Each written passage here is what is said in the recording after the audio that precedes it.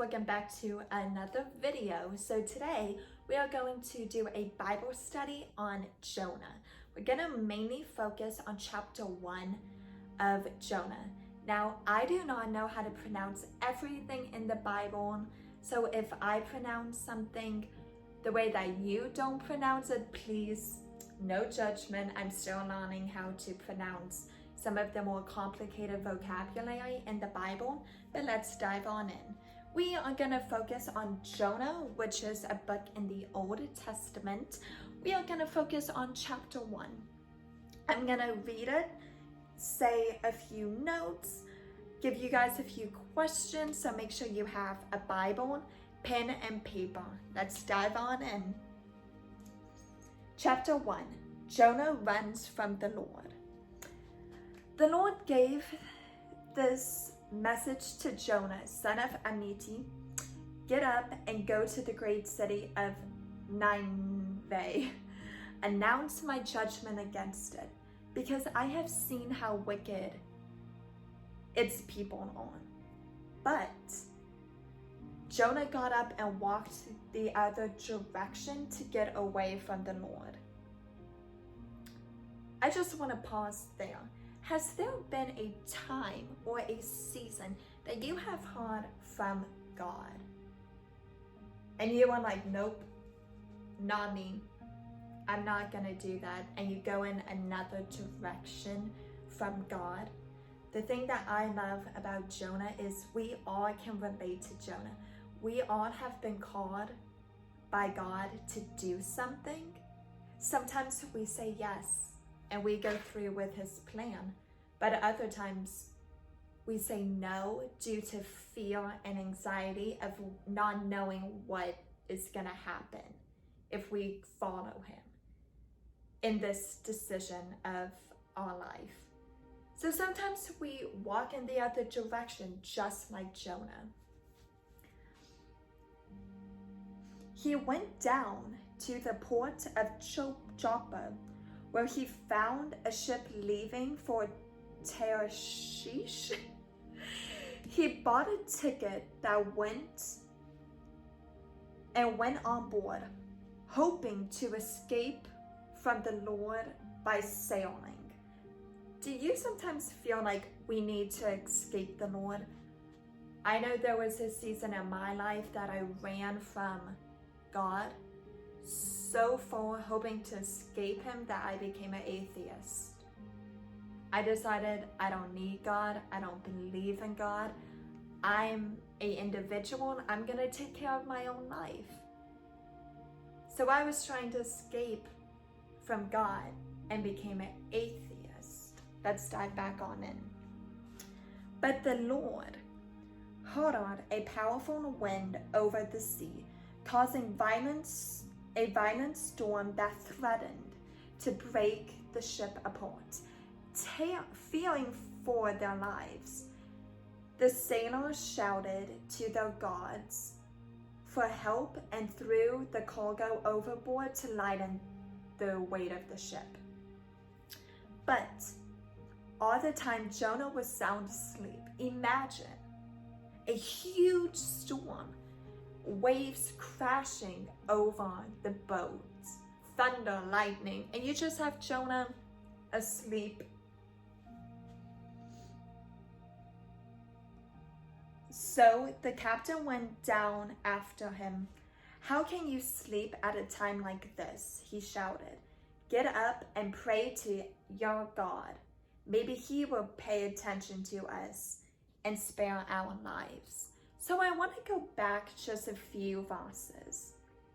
It says on verse 5, fearing for their lives, the sailors shouted to their gods. So you can see that the sailors who were on the boat and Jonah had different gods.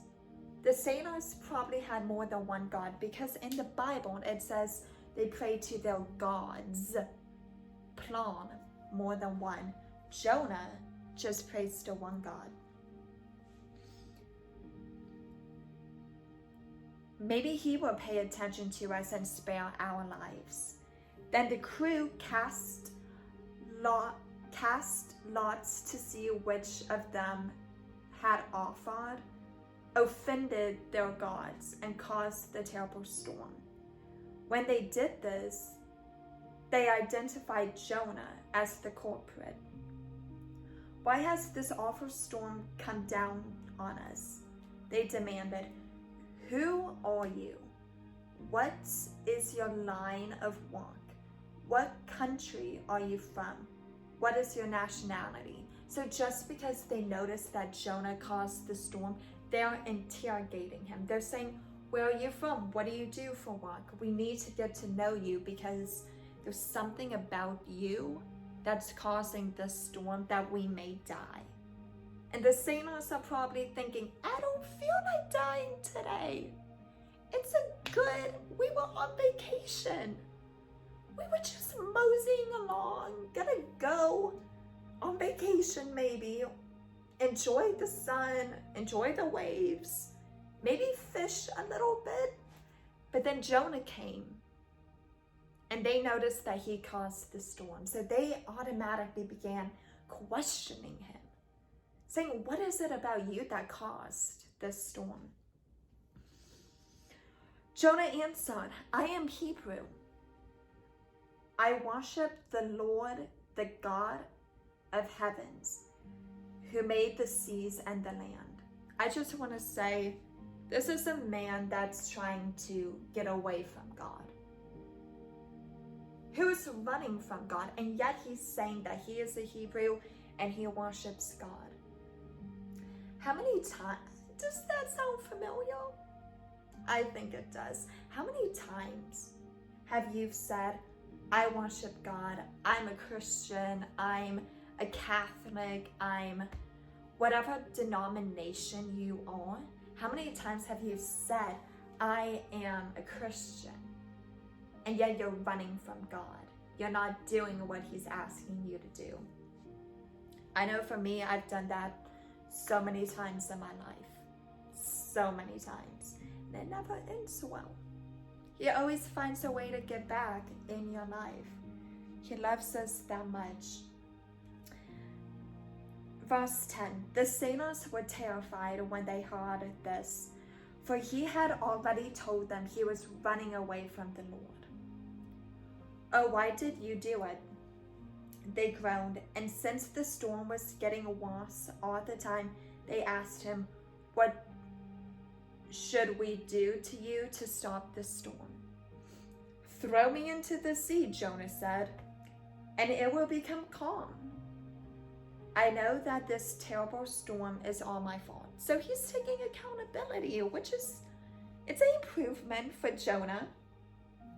We also need to take accountability for our actions as humans and as Christians too.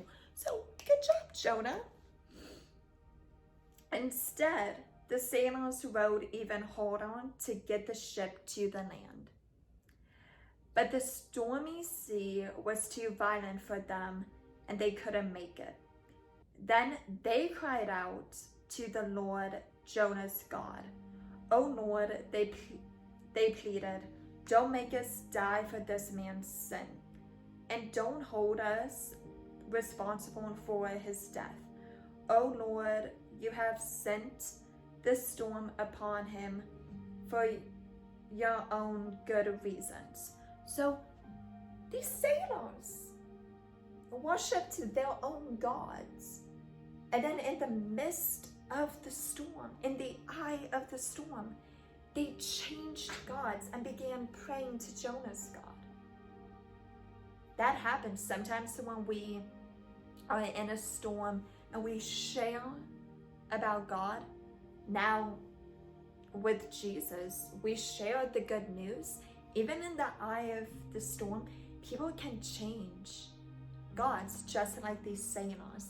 They once were praying to their gods. Now they're praying to our God, Jonah's God. What I find is interesting is they say, they pleaded, don't make us die for this man's sins. They don't want to die for what somebody else did. Then the sailors picked Jonah up and threw him into a raging sea, and the storm stopped at once. The sailors were awestruck by the Lord's great power, and they offered him a sacrifice and vowed to serve him. So these sailors totally just changed religions. We don't know what religion they were at the beginning, but they changed religions. They came to know God and his great power. That's happening every single day today. Now the Lord had arranged for a great fish to swallow Jonah, and Jonah was inside the fish for 3 days and 3 nights. And that is the end of chapter 1. The reason why I love Jonah so much is everyone can relate to Jonah. Everyone has been Jonah. Everyone has been Jonah. Everyone is Jonah. Everyone will be Jonah. Jonah is a very relatable character in the Bible. Everyone can relate to Jonah.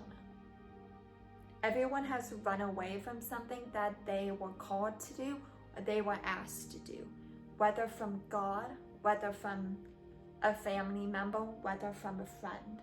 We tend to step back and run in the opposite direction. But when we run from God, a storm happens. But the storm gets our attention and gets other people's attention to bring us back to God. So we left off with Jonah was inside the fish, aka we know it as a whale, for 3 days and 3 nights. That's how chapter 1 ends. We're gonna go back to chapter 2. Chapter 2 for next Sunday is my favorite part of the book of Jonah. I hope you guys enjoyed this Bible study.